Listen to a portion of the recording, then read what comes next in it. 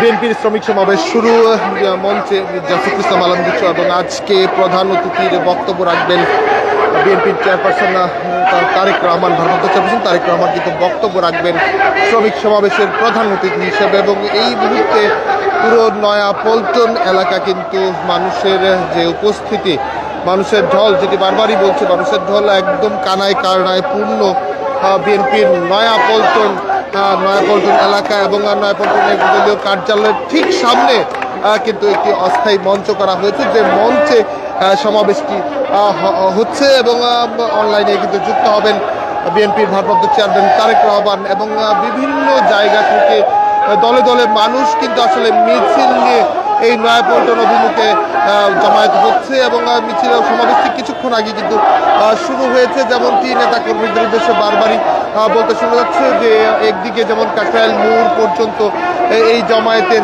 উপস্থিতি চলে গেছে, অন্যদিকে মতিঝিলের এলাকা পর্যন্ত কিন্তু আসলে বিএনপির যে আজকের যে শ্রমিক সমাবেশ পুলিশ হাসপাতাল অতিক্রম করে কিন্তু সেই সমাবেশ পৌঁছে গেছে। এবং যেটি তারা বলছে মঞ্চ থেকে আমরা যেমনটি শুনতে পাচ্ছি, অনতিবিলম্বে শ্রমিকদের সমাবেশ থেকে নির্বাচনের দাবি নিয়েও কিন্তু আসলে বক্তব্য রাখছে। এবং বিভিন্ন জায়গা থেকে শ্রমিক সহ বিএনপির বিভিন্ন পর্যায়ের সংগঠন যারা রয়েছেন, শ্রমিক দল, যুব দল, ছাত্র দল, বিভিন্ন সংগঠন কিন্তু বিএনপির তারা এই সমাবেশে অংশ নিচ্ছে। এবং এই অংশ নেওয়ার মধ্য দিয়ে কিন্তু আসলে বিএনপি যে রাজনৈতিক দল তারা কিন্তু কর্মসূচি ঘোষণা করেছিল, আজকের যে সমাবেশ সেই সমাবেশটি কিন্তু অনুষ্ঠিত হচ্ছে।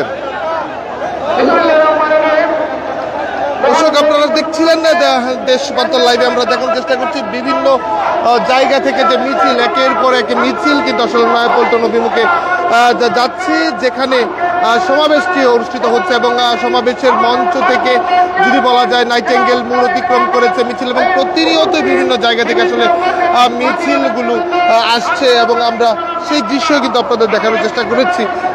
যে অতিরিক্ত 12 প্রতিগণের যান্ত্রিক ত্রুটির জায়গায় কিন্তু আসলে লক্ষ্য করতে হবে বিএনপির বিভিন্ন উৎসবমুখরভাবেই বিএনপির বিভিন্ন পর্যায়ের নেতা কর্মী যারা রয়েছেন তারা কিন্তু আসলে এই সমাবেশে অংশ নিচ্ছে। এবং বিভিন্ন আমরা লক্ষ্য করি যেমন ঢাকার বাইরেও, ঢাকা মহানগর উত্তর দক্ষিণের বাইরেও বিভিন্ন জেলা থেকেও কিন্তু আসলে বিএনপির নেতা কর্মী যারা রয়েছেন তারা অংশ নিচ্ছে আমরা লক্ষ্য করেছি। এছাড়া বক্তারা যেটি বলছেন নির্বাচন নিয়েও কিন্তু তারা বক্তারা মঞ্চে যেমন সমাবেশ করছে সেখানে কিন্তু বলছে বিএনপির যে সংস্কার, 31 দফা যে সংস্কার কর্মসূচি সেই সংস্কার সবার আগে বিএনপি বলেছে। এবং অনতিবিলম্বে নির্বাচন দিয়ে বাংলাদেশের রাজনীতিবিদদের হাতে আসলে ক্ষমতা হস্তান্তর করা উচিত এবং সেই কারণে নির্বাচনের দাবিও কিন্তু বিএনপির পক্ষ থেকে তোলা হয়েছে।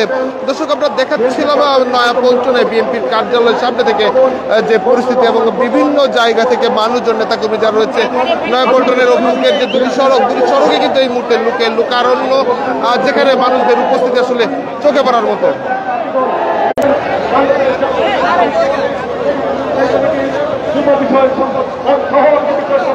আমরা সরাসরি দেখাচ্ছি বিএনপির যে জমায়েত এবং সমাবেশ, এই সমাবেশ উপলক্ষে বিএনপির বিভিন্ন পর্যায়ের নেতাকর্মী যারা রয়েছে